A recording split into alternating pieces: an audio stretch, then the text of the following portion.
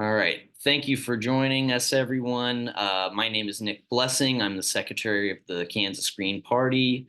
I'm joined by another member of the Kansas Green Party, Jesse Borowski. And we have four of the candidates who are vying for the Green Party presidential nomination. Um, and we have upcoming in about 3 weeks, I think, we're going to be holding a vote for the Kansas delegates. And without further ado, we're going to get started with a little forum here. We're going to try to keep it to maybe a little bit over an hour. We'll see how it goes. We're going to start with opening statements, about 1 minute each. And let's get started with Jorge Zavala. Jorge, if you will, please. Hey, thank you. Good afternoon, everyone. I really appreciate the time and opportunity to speak and to be here. I'm looking forward to a good adventure with everybody. So let me start off to say that I'm aggressively proposing new green technologies that can be easily implemented into the United States. We can lead the economy and strengthen our military. I'm here to show that if with a lot of hard work and belief that a common man is supporting the ideal ways of United States people for the Commonwealth. I want to uphold the Constitution and defend it. I want to make clear of that. And I also want to make clear that there's free and equal opportunity. So there's a lot of open opportunity for reform and for positive changes. So I'd like to conclude that I'm here and available. Thank you. Thank you. Thank you. Jasmine Sherman, please. As we embark on the journey towards the next chapter in our nation's history, it is with great enthusiasm and a shared vision for a brighter future. I'm Jasmine Sherman, and I'm honored to be here with you tonight. Our beautiful land is facing unprecedented challenges, and I'm here to champion a future where compassion, empathy, and justice prevail. In these trying times, we find ourselves at a crossroads. Our environment is changing, our infrastructure is falling, and too many among us are struggling to make ends meet. It's disheartening to see our hard-earned tax dollars being misused to fund actions that go against our very values. But my fellow citizens, this isn't the end. It is a call to action, and I stand before you with a vision where we give every person a home, guarantee everyone healthcare as its fundamental right, and provide education free for all with universal basic income to ensure that no one is left behind. Together, we can build a future where every voice is heard and the well-being of our communities take precedence. Thank you. Thank you very much. Mr. Adam Hollick. Good evening. Thanks for having me. I'm a retired lieutenant colonel in the United States Army. I left 2021 from the Pentagon as a cyber and information operations advisor. And I saw very bad leadership. So I decided to put my hat in the ring and run for the next commander-in-chief, because I don't believe anyone in the other platforms are trained to be such. They do a great job of being corrupt presidents, but job one is to protect from foreign invasion, and they don't know how to do that.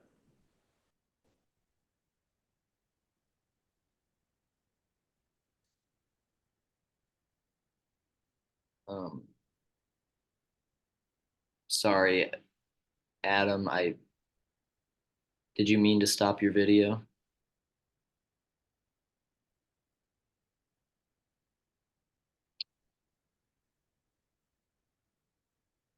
Okay, we'll move on. We'll move on with Davi, please. I just asked you to unmute. Sorry, you're still muted.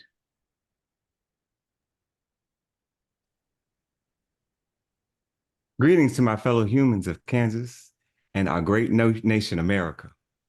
I am Davi, artist, tech founder, and 2021 candidate for mayor of New York City and avatar of Earth.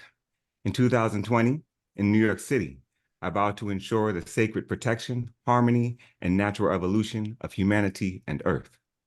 I'm running to earn your vote in 2024 as the President of America and leader of the free world. I am seeking the Green Party's presidential nomination. My areas of focus include rehabilitation and recycling, providing healing-oriented support for those ailing in body, mind, and/or behavior, finding harmony and balance between usage and contribution to Earth, the American Refresh, a 4-year transition where through paced collective voting, Americans vote for the exact government that we want moving forward, intentionally managing the growth of technology. And then finally, the emergency mediator wing of the police, an emergency mediator wing of the police that on demand mediates tough situations and conversations without guns, batons, or slow court dates. I invite you to read and listen to the full campaign plan at bydavi.com, también en español. Thank you. So we're gonna start now. We'll start. We have one question that I will ask. I can repeat it if you'd like me to.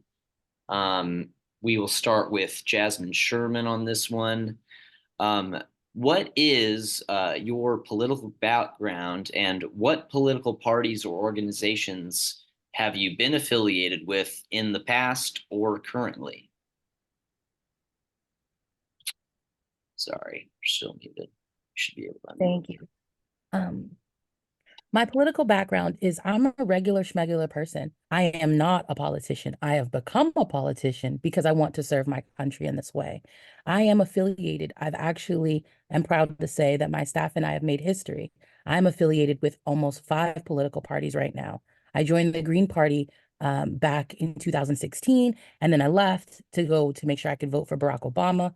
And then things kept changing.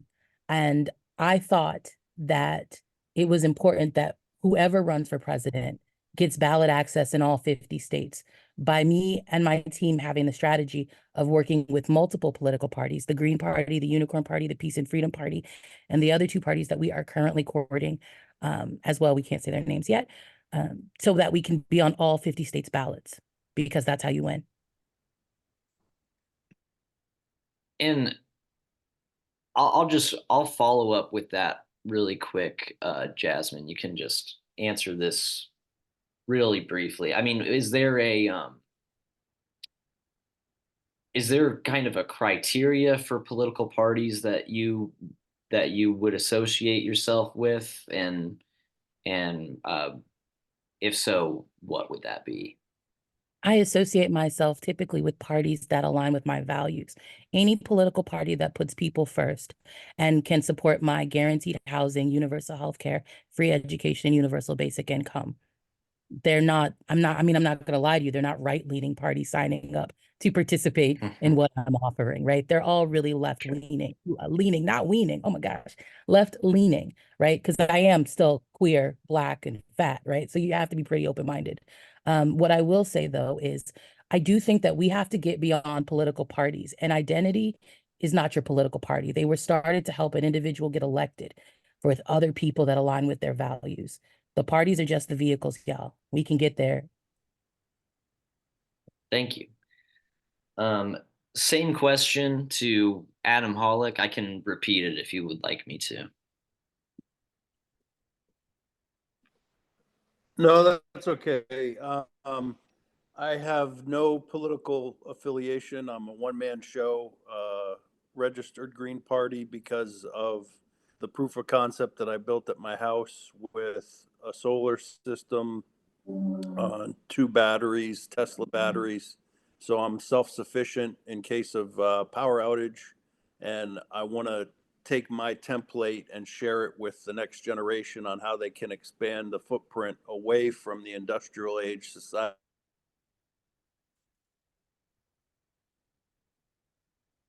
Sorry, we lost him. I'm not sure what happened there.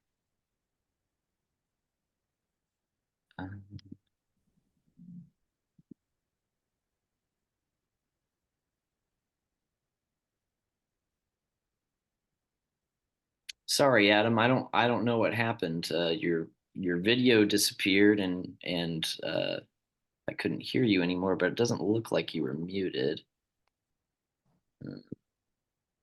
Don't want to. Here, here's what I'm gonna do. I'm gonna go.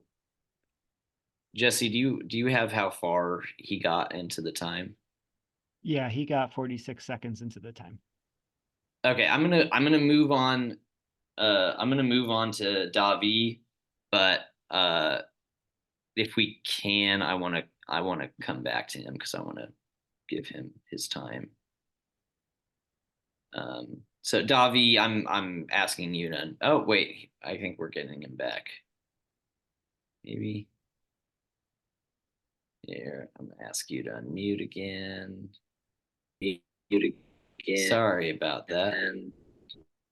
Can you hear me again? Yeah. Sorry about that. That's okay. It seems to happen both times. Yeah. We'll do the best we can. So basically, when I came back from my retirement in 2021, I saw a lot of change. I had been in 20 years inside the basement with a TSSCI clearance, and I realized the lack of leadership that exists. So I'm worried about the future for my children. I have a 23 and 25-year-old. I've written a book that's about information operations and the ecosystem that we live in. We're all interconnected globally now like never before, where we can use technology, and we should have learned from things during COVID that we can leverage for the post-COVID world, like sitting at home and doing these type of venues instead of sitting in traffic burning fossil fuels. I basically view we live in a state with a state, so we can fold the federal government by dual hatting positions. So if I were to be elected president, for example, my real job would be a 2-star general in the state of Maine where I live. That's in the physical state. In the virtual sense, I would be on this computer being the president, so that I would have 2 jobs, and you're already paying state income tax anyway for your National Guard. So we can reorganize like we did back in 1993, because I believe, and I'll stop I'm after sorry. this. I'm I sorry. believe that the pandemic was. I'm sorry. I'm sorry. I believe the pandemic was World War III. So Thank you. I hear politicians you. say, "Hey, we're gonna," I'm not a politician. I hear them being stupid. All right. Thank you for that. All right, thank you for that.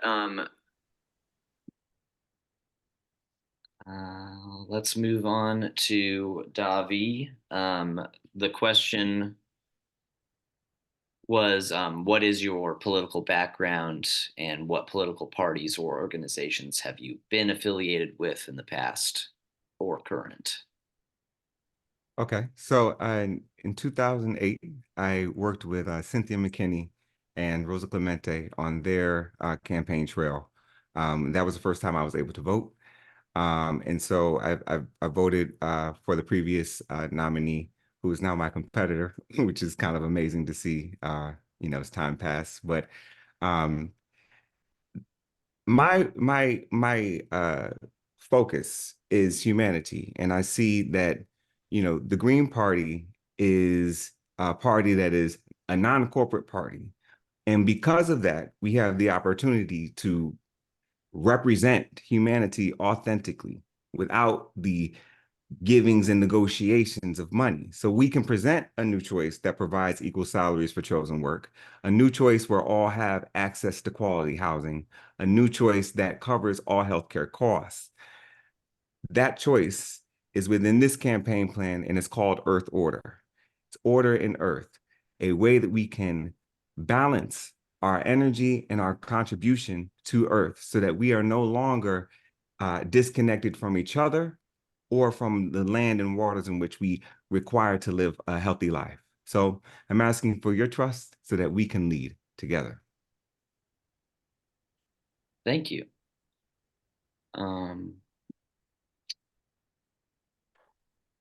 Jorge. Yes, thank you. I'm not a politician. I don't have experience at running things into the ground. I don't have experience at creating high tax rates. I don't have experience of corrupting the people. But I do have experience directly with working with the people. As I grew up as a Democrat, and in now associating myself with also no labels because of the common sense type of understanding that they have. This separation of parties, I don't like. When you separate and segregate, you don't have a common ground. So me stepping over these gaps and creating new bridges to be friends with Republicans, Democrats, and any other party, I have open arms for. So again, association with other parties, I think, is essential for proper growth and development. We do got to break these parties up so that the people can be nonpartisan, that we have a goal and a path that we can all follow. Right now, everything's scattered and everybody's in argument. So, but we do have a chance and an opportunity right now because we are at a crossroads pivoting point of ethics and a balance of our future. Who's going to make the decision and how do we make these next steps into the green technology? So I believe I have these answers and the plan to do so. Okay, thank you. Let's move on. I'm gonna talk kind of generally about democracy. We're gonna start with Adam Hollick on this question. For a healthy or functioning democracy, what do you think is essential for that?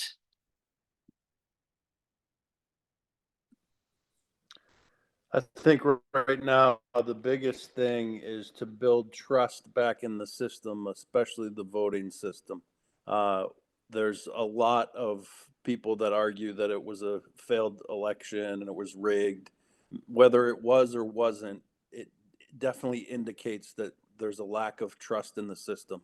So to rebuild that trust, I think it's essential that we push for a dual authentication voting system where DHS would send a watermarked ballot 1-for-1 to each voter.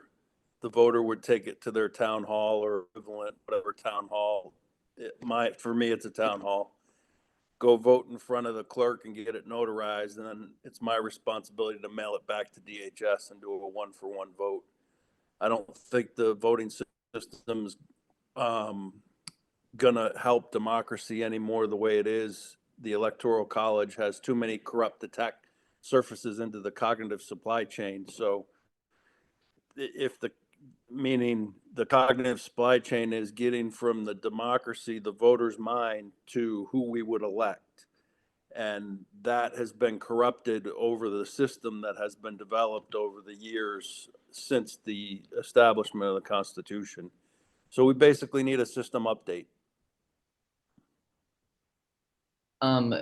Would you think that, I mean, you were talking about kind of like having more checks and like getting your vote notarized or something like it. Or would you not be concerned that that's maybe overcomplicates the process and would cause even more people to not vote?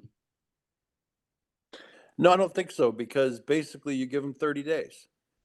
The DHS sends a watermarked individual social security number, whatever it is. They have the information from the selective service.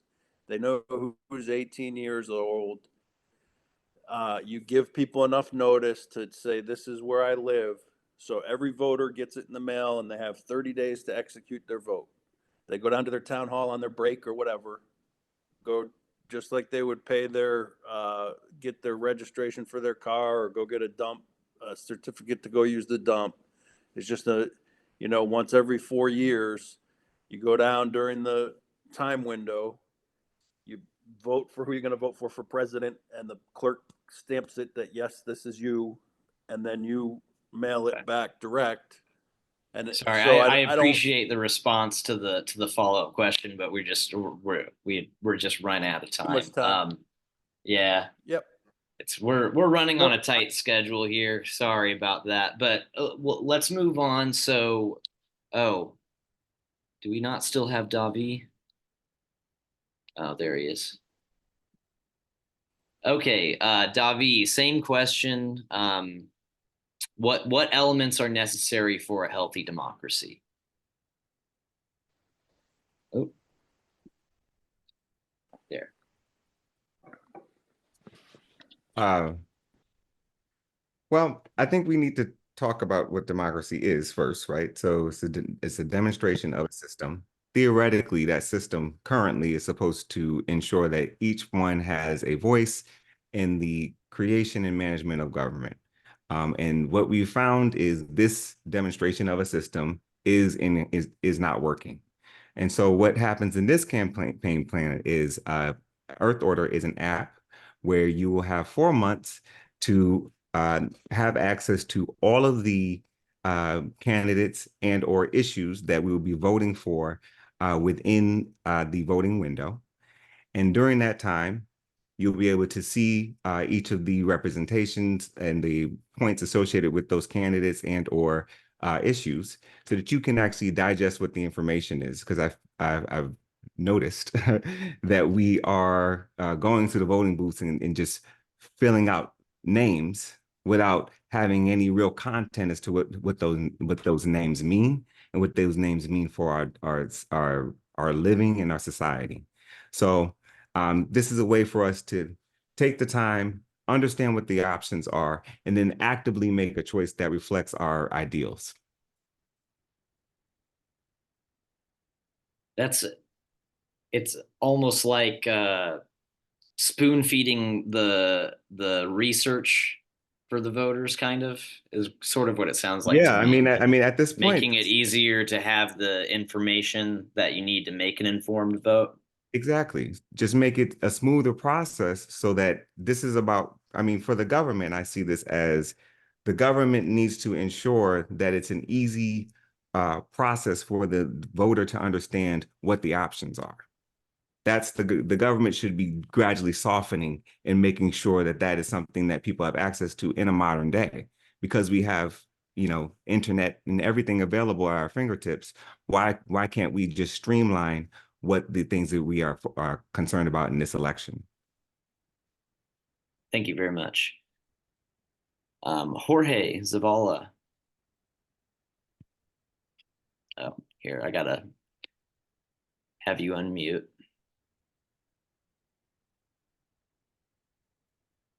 You're still muted. I'm asking you to unmute.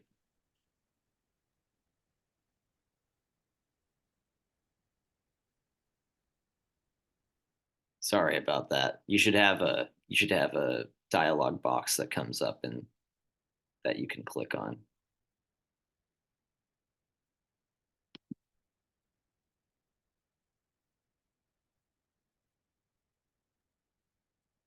I apologize. This is one of the limitations of this.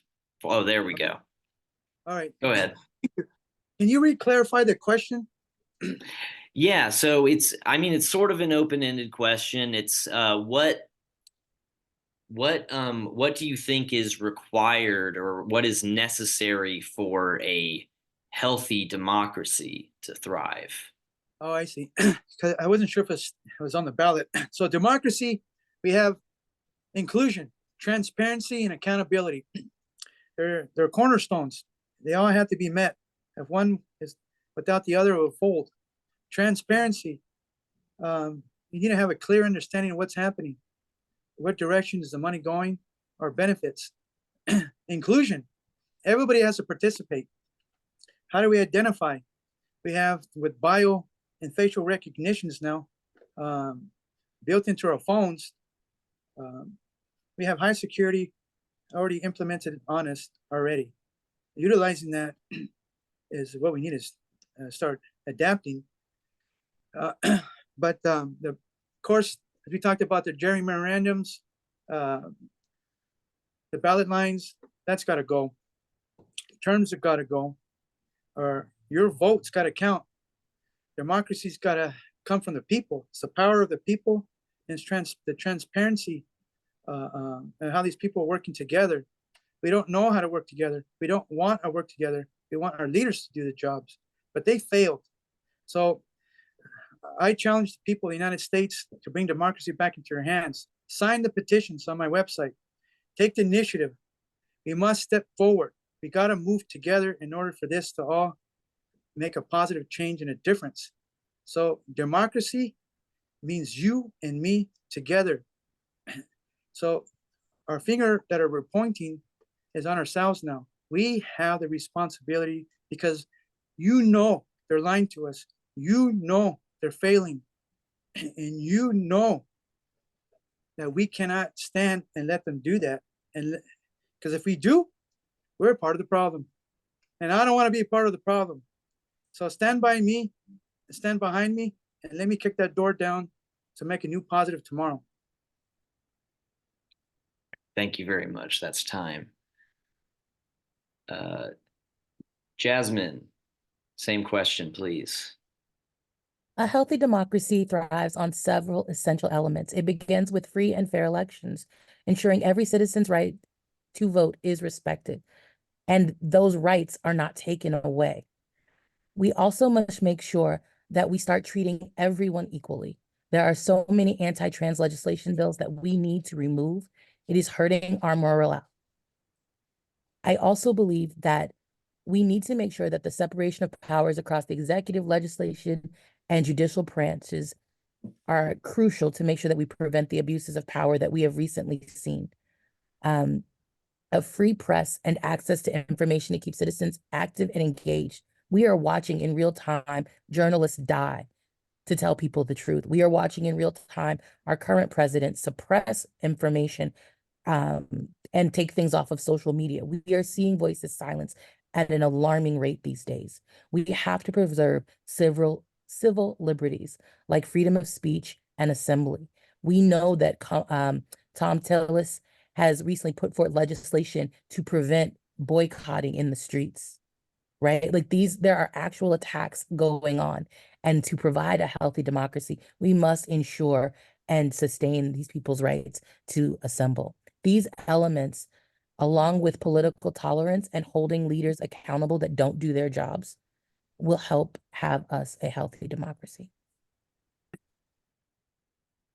Thank you very much. On this next question. This next question is about the Green Party. And we're going to start with Davi on this one.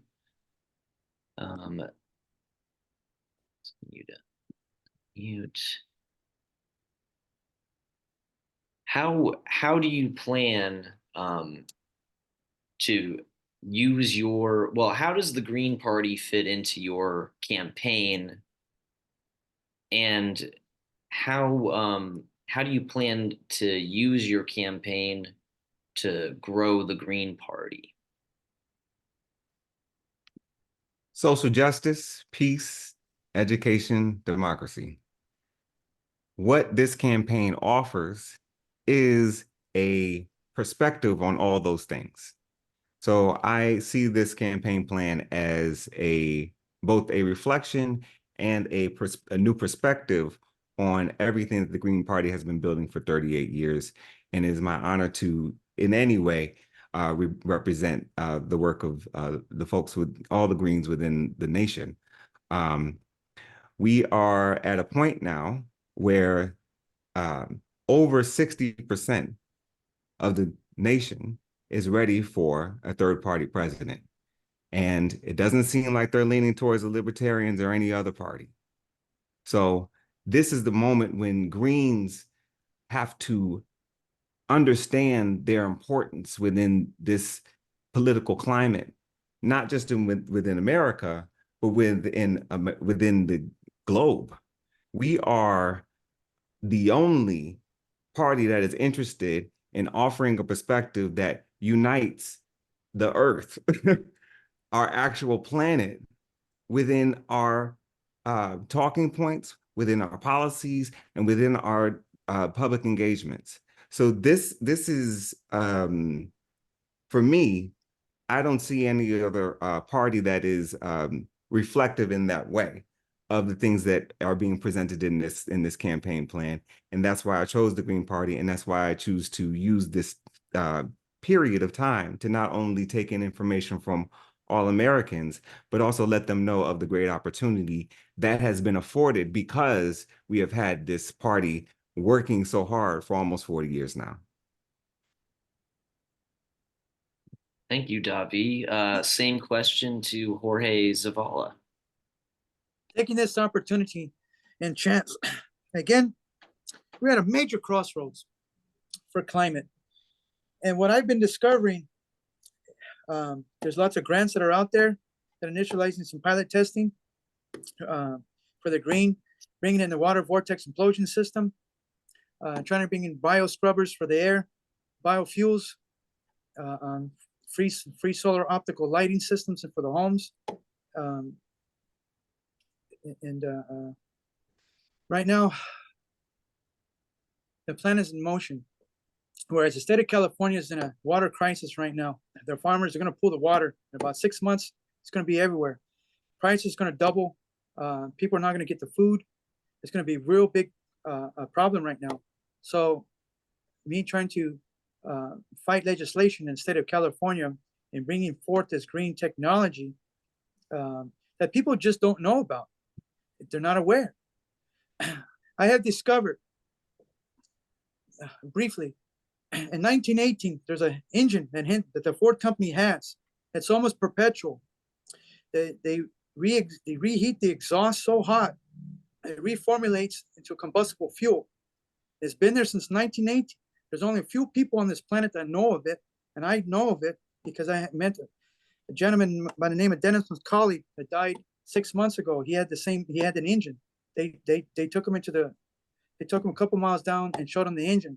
So what I'm saying is that I know that they're lying to this, that I know that there's a difference and the technology is here and it's available now. We don't need to wait, we need a pressure. What we need to do is break the constraints of the patents. And so again, I urge you to take the initiative, sign the petitions. Let's break the constraints. The technology is here, it's readily available. They're lying to you and they're literally making us blind to the situation and only to make us dependent on them further for the next advancement. So we need to wake up, take charge and take a stand and saying, we know the difference. Thank you.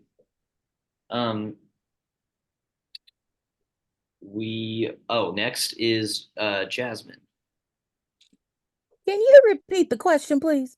Sure. The question is, how do you plan to use your campaign to grow the Green Party? And Okay. Yeah. Thank you. So one of the things that we have been doing to grow the Green Party by bringing visibility and recognition, my campaign is on every platform that we are talking about the Green Party. We are sharing the Green Party's hashtags, and we are encouraging people to join the Green Party. We are proud to say that we were able to turn in over 200 signatures of new potential members across the country so far by mobilizing supporters. One of the other things that we will be doing, obviously on every email, there's a fundraising button, right? So that has the potential to help the Green Party as well, because all political parties need money. And the other thing is to promote our policies, right? The Green Party's values, the 10 key values, not enough people hear them, not enough people are talking about them, but my campaign and I are. And so that is how we are currently helping to grow the Green Party. And we look forward to growing the Green Party even further. And your answer kind of just makes me think that even presidential runs like these, I'm not surprising anybody by saying that the chances of winning are very low, of actually becoming president are so low, but there's a benefit of taking people out of the major corporate parties and bringing them into a non-corporate party like the Green Party, I would think. Would you agree with that? I disagree that our chances of winning are low because we have the National Interstate Voter Compact now, and it's only 4 states away from being ratified federally. However, those states that have not signed on to do it, I'm sorry, those states that have signed on to do it have agreed to this election give their popular vote to the candidate. I'm sorry, when the popular vote goes to the candidate, so will the electoral votes. So that is a big change. We also need to take into account that different states have already taken on ranked choice voting. So I disagree that our chances are low, but I do feel what you said about other things. Thank you. Thank you. Adam, I'll ask you to unmute. So I'm a bit of a rookie at the Green Party and politics in general. I did not even vote when I was in the Army since 2008 because I was so high on the chain of command. I didn't want to vote for my boss. How I'm helping the Green Party is not going to be what it wouldn't be something that you would like to hear. It's more that my message getting out there along the lines of what Davi was talking about with Mother Earth and protection of Mother Earth and shifting our main effort away from fighting each other to fighting climate change.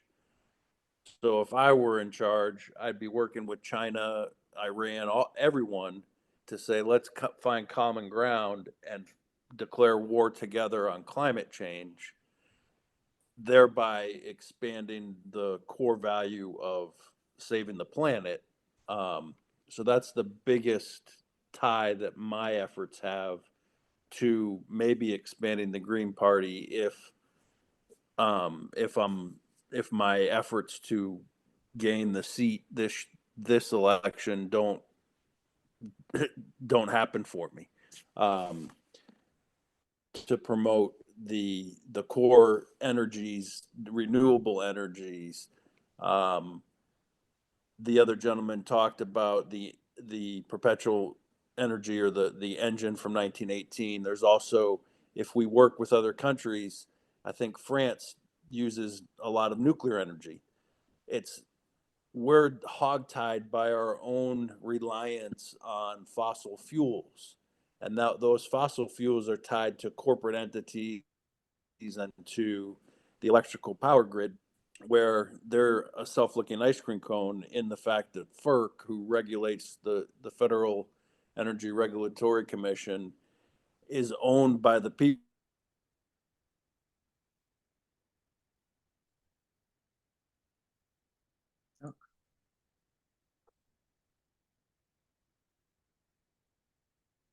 You lost him. Lost him again. It says internet. That's okay. Adam, if you can get back on, Jesse, let me know how much time he had left, okay? Oh, he was basically out of time apparently. So, okay, then next question, we're gonna start with Jorge again. So this next question sort of has an assumption in it, I guess. In a movement to advance the goals of the American left, if that is what you are in favor of, any candidates answering the question can disagree with that if they were to. But what role should the Green Party play in that? And kind of implicit here is that Green Party doesn't make up the entirety of the American left. So what role should the Green Party play, and how do you envision the Green Party playing that role? Jorge Zavala, please. Well, as we step to the left and step to the right, left wing, right wing, down the middle,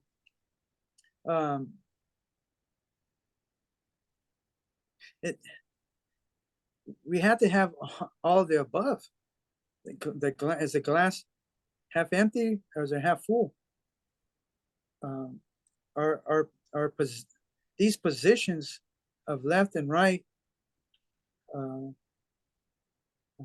being conservative or being aggressive is out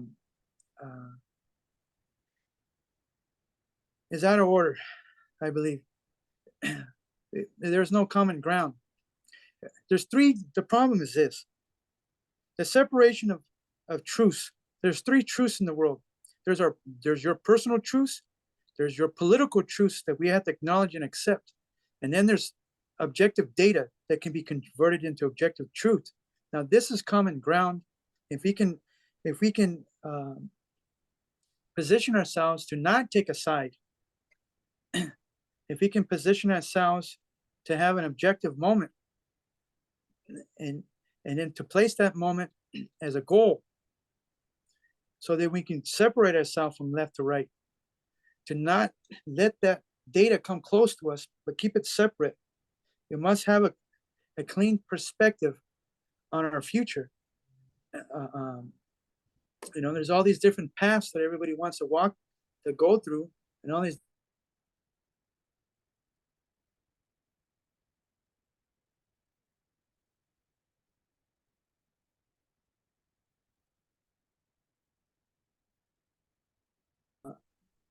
derooting these the lobbyists, the entanglement of truth that we cannot see is because we're obfuscated by money. Who's right and who's wrong? Who's bringing in the most? So when we go to the lobbyist, the website, and you can see how much money each of these congressmen are pulling in. As long as they're pulling in something. I'm afraid that's time. Thank you. Jasmine. Can you repeat the question? Yeah, so the question was there, and I think there's maybe some. I'll say this too first, because of some of the things that that Jorge was pointing out, and this is totally up for disagreement. I'm not sure if I agree with what Jorge said, but there's sort of I think there's problems with the question, because I'm using terms like the American left, and I think that may mean something different to everyone else. But my question was, where does the Green Party, what role should the Green Party be playing amongst the American left in order to promote the goals of the American left, which I would say things like ending wars, getting limiting climate change, increasing the power of the people, I'm able to free answer healthcare. Thank you. Go ahead. Thank you. All right. So the thing that I want to say, and I sort of do agree with Jorge, labels are not getting us anywhere. I said earlier in one of my statements that I don't think that people should make their political party their identity. What I do think that Green members should be doing before my campaign is over, while my campaign is going, after my campaign is going, when I'm in the White House, the Green Party members and all citizens of this country need to be practicing mutual aid. You need to be taking care of your neighbors. You need to be kind to the people around you. You don't have to like everybody. Clearly, many of us don't like everybody, but we have to begin mutual aid. We have to begin removing the consumerism from the priority that we have. Like, it's my understanding that recently people got into a fight over a cup at Target. That seems a little extreme to me, right? We need to move past the superficial. And the best way we can do that is through mutual aid. There are people who overcook things. Offer some of that extra food to your neighbors. There's people who have winter coats they have never worn. Offer those to your neighbors. If you don't want to talk to those people, put a card out in front of your house with a sign that says free. It will be gone. The sooner we start taking back our communities by being involved and active in our communities, and I understand because things are so tight financially and our employers are unrelenting, which is why I think unions are important and UBI is essential. I do get that you think you don't have time for mutual aid, but there is always time, even if it's just a smile when you don't mean it. I mean, don't smile if you really hate it, but you get what I'm saying, right? Be kind, people. Be kind. Thank you. Thank you. Adam Hollick.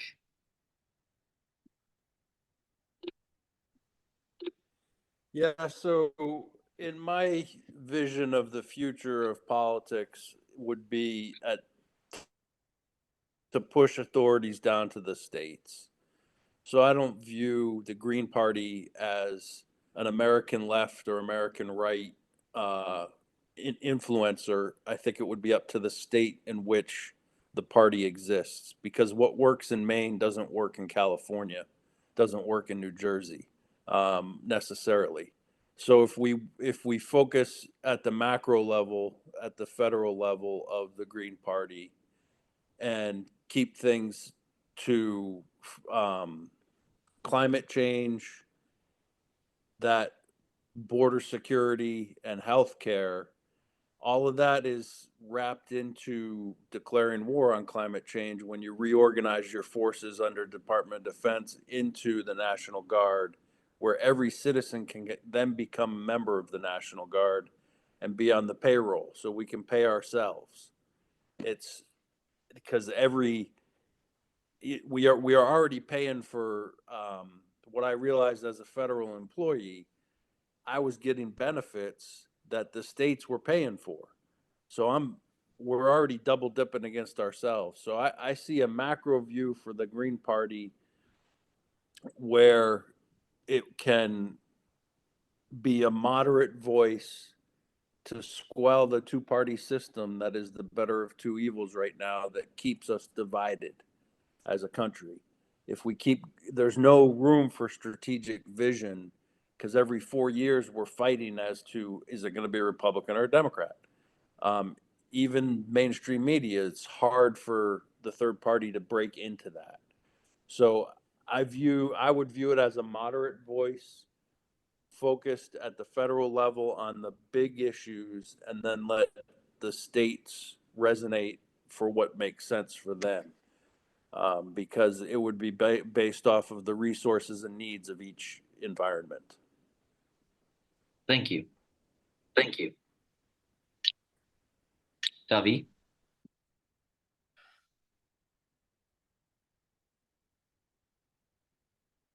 My first point is that this campaign is for the American human. I'm not, I'm serving the American human. I am an American human, and you are as well. And so that is my core place of service. Secondly, it does not behoove us as the Green Party to talk about a left or a right, because what that says is that we live in a duopoly, and that is totally untrue. And I think we as a Green Party really have to understand that that is completely untrue. And not only is that untrue, the two major parties are corporations, which means that the people who are representing are employees who are executing the will and desires of the corporate heads, who we don't see. As I said before, over 60% of this nation is ready for a third-party president. The greatest difficulty that I'm finding within the Green Party is the Green Party's own lack of belief in themselves. The nation is saying, hey, Green Party, can you present us a presidential candidate that we like? Because we're open and we're ready for you now.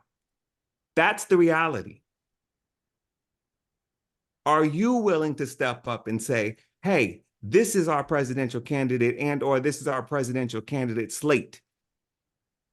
That's your question.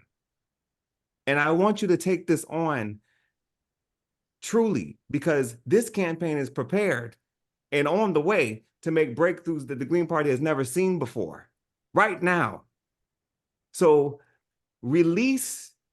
I encourage you to release your own cynicism and move into the possibility that you theoretically join this party to create in the world, because that's what's available in this election. Not next year, not in 15 years, absolutely right now. Thank you. Let me just check where I'm at here.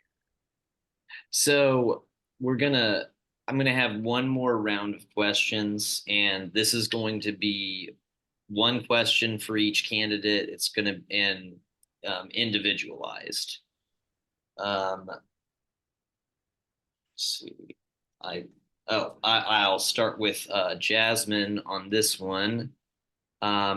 We had looked at your platform, and we were wondering if you could discuss your position on the death penalty with us. Well, the Green Party does not support the death penalty. Me having that on my website is more about me being transparent about who I've been on social media since social media was created. All my life, I have believed in the death penalty, especially when you look at the atrocities that happen to Black people in the United States of America. We literally have 215 bodies found of people who, not at a prison, were missing limbs, organs, that type of situation. So I definitely supported the death penalty when it comes to how people in this country treated certain demographics in this country with no sense of justice or remorse. We all watched Derek Chauvin cry out before he died.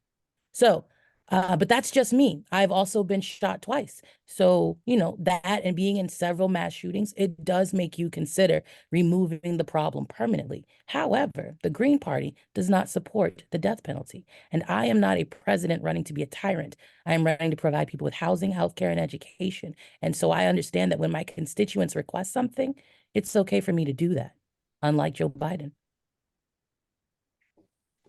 Thank you. Thank you for that answer. And Adam Hollick. Now, I was wondering if you could. Now, I just picked. Now, I just picked.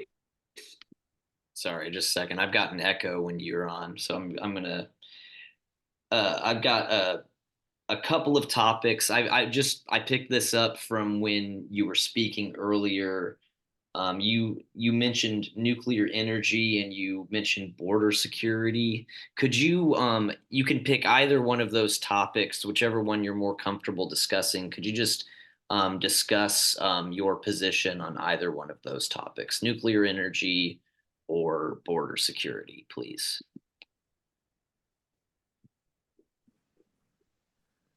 So border security is more appropriate because it's for, you can see it every day. It's what everyone's talking about, and it's something that we have to get control of. To me, it's a two-part solution. And it's tied once again to once the commander in chief, he has 9 months. He can declare war on climate change. He then doesn't need Congress. He can use his forces any way he sees fit for 9 months.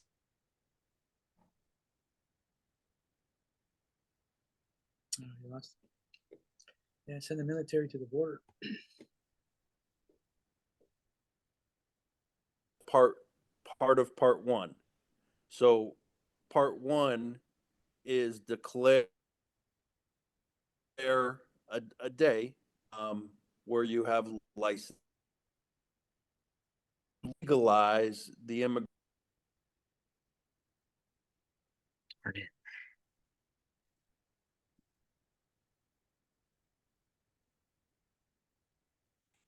Jesse, how much more time did he have left? He still had about a minute left. I think we should maybe circle back to him if he reconnects. Okay. Okay, good idea. All right. I'll go to our question for Davi then. I was just curious about you've got this expression that you use, avatar of Earth, and I was just wondering if you could just kind of explain what that means. And yeah, go right ahead. Okay. In 2020, I went through a process where I decalcified my pineal gland, And what that did for me is it gave me access to the same magnetic field that the elephants and the birds use to migrate, and the butterflies as well. And in that, it's a part of the magnetic field of Earth.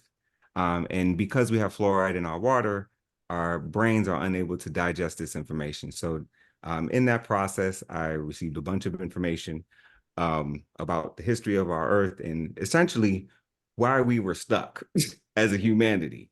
Because theoretically, if we had, you know, Egypt, Kemet, Camelot, and Atlantis, and Lemuria, all these great civilizations, how did we end up in a society where we are constantly fighting with each other, have technology that's constantly glitching, as seen with Adam, and we are not maturing into a society that is respecting of each other, evolving in creating a symbiosis and synergetic energy. And so the question was for me, you know, well, if I have all this information, what do we need to do? And so there was essentially the campaign plan came, and it was on me, right? If I'm going to say that anybody in leadership is inadequate, I need to be presenting a challenge. And if I'm not presenting a challenge, then I have no reason to complain. So before I was past the 35 mark, I had to complain, right? Because I could not lead, right? But after the 35 mark, and I noticed that my father and my uncles and my everybody that I admired was not stepping up and saying, asking these questions about how we can get better. I knew that it was my turn to do this work, take this oath to Earth and to humanity so that we can move forward. Because who else is going to take it on if we don't do it ourselves? So that's what the avatar position is for me. All right, thank you. Adam, I'm gonna we got like one more minute for you. So just to go right back to what you were talking about with border security. Okay, part two of it, once you declare an iron wall, you funnel all the people that want to come in to your existing points, and you have wait list as needed, but you give them green cards and you let them in.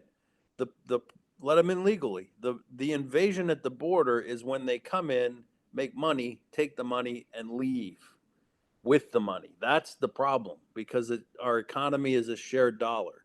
So when they come in by the droves from Mexico to make their families better and they send money home across the border, that's hurting us.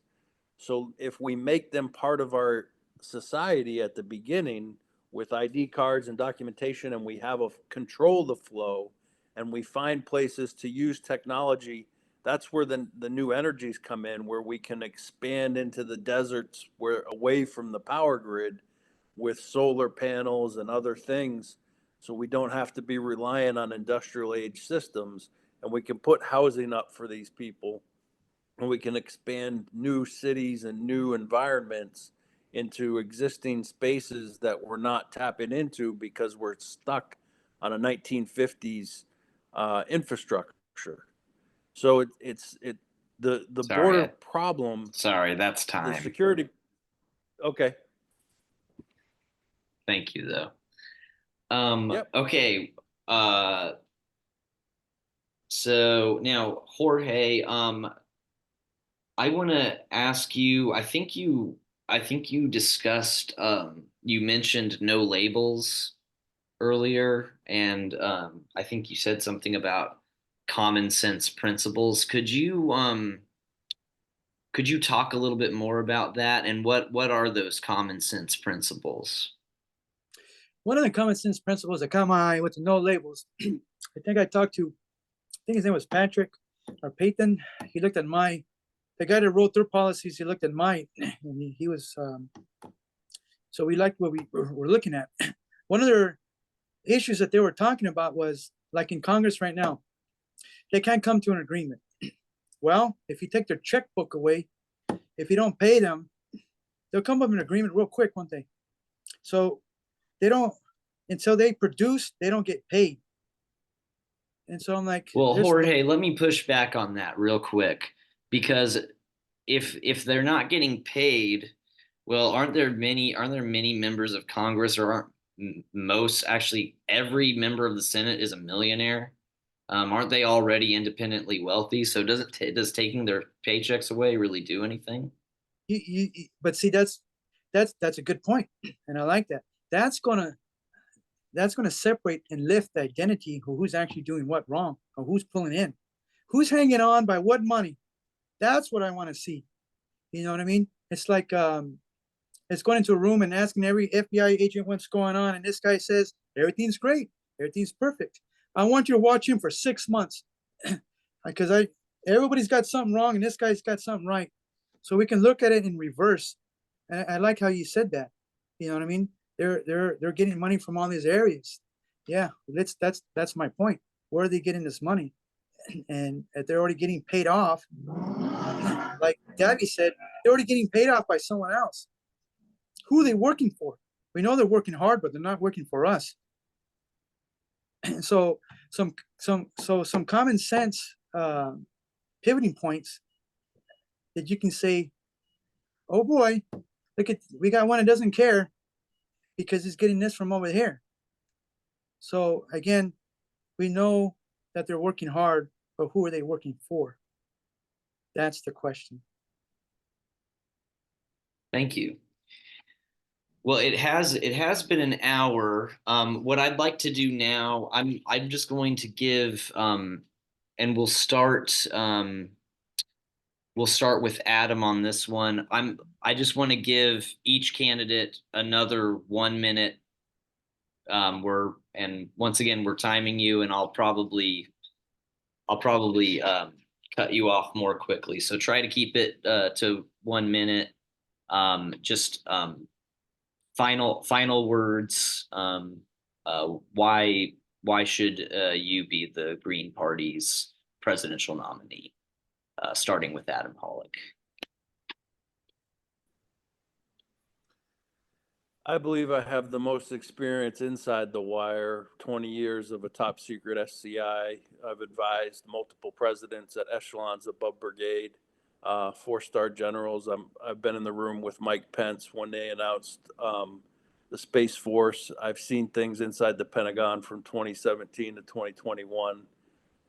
My rank as a lieutenant colonel was as high as I could go in information operations, and my master's degree in cyberspace leadership, with the knowing that the fight is in cyber. I know how to control the electromagnetic spectrum and push those authorities and resources down to the states. So I think that we should all work together as a Green Party and take it this year, because if we do work together, it doesn't really matter who the president is. We'd all be a part of a National Guard system where you'd all be full colonels or generals or whatever working to fight climate change.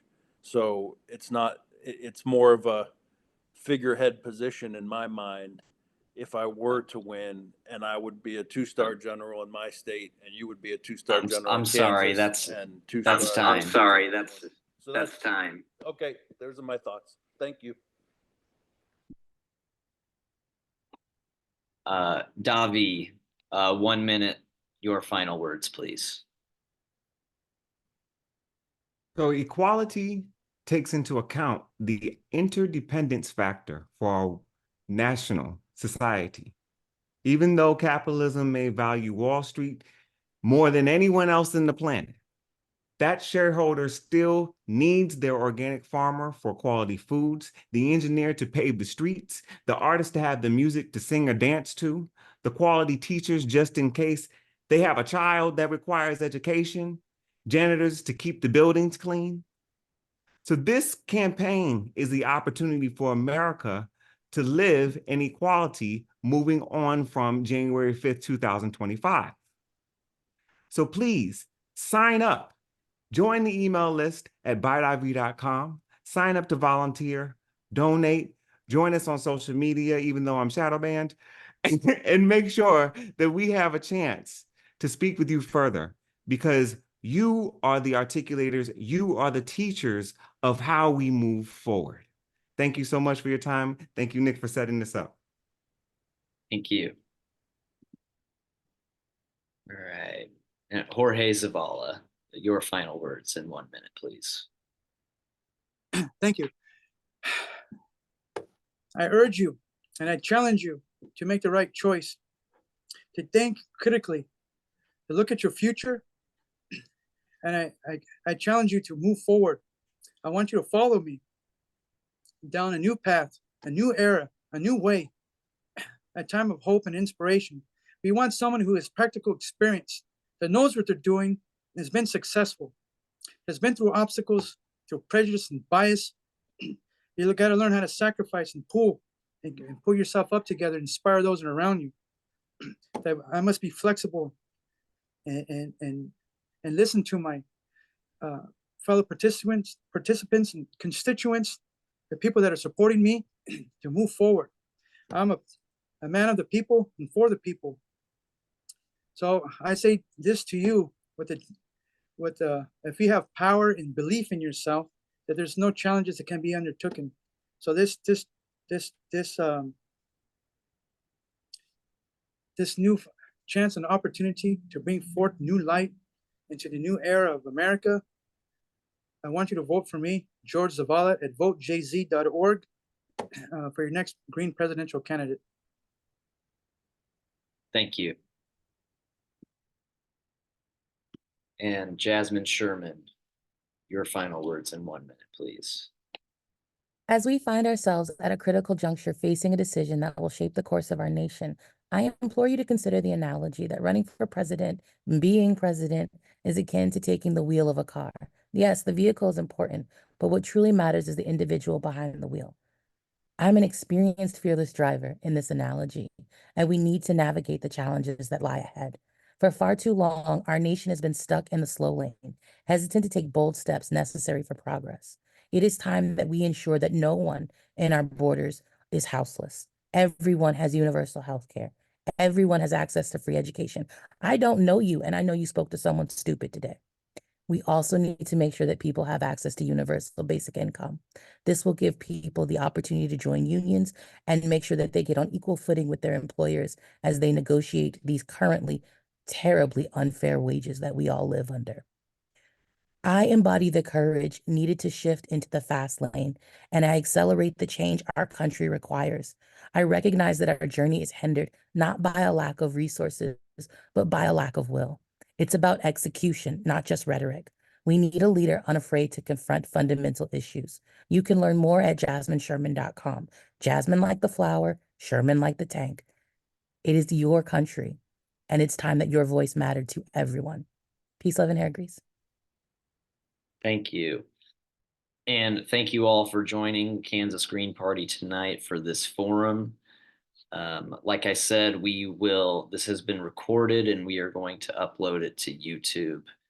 And you can, and all the candidates, please share the video. And thank you all and have a good night.